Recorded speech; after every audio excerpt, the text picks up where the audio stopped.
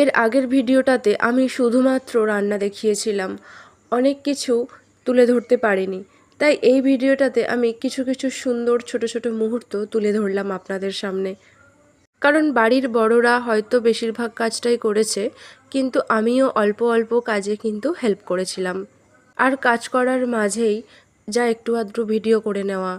প্রথমে ভেবেছিলাম আমি এই ভিডিওটাতে ভয়েস দেব না, একদম অরিজিনাল ভিডিওটা আপনাদের সামনে তুলে ধরবো।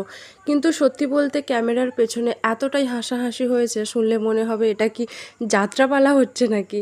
আসলে সবাই মিলে একসাথে থাকলে যা হয় আর কি।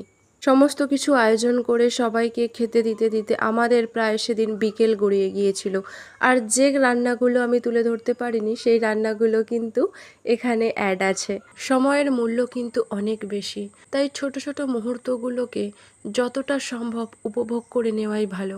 সেদিন আমরা সবাই মিলে অনেক আনন্দ করে দিনটা কাটিয়েছিলাম।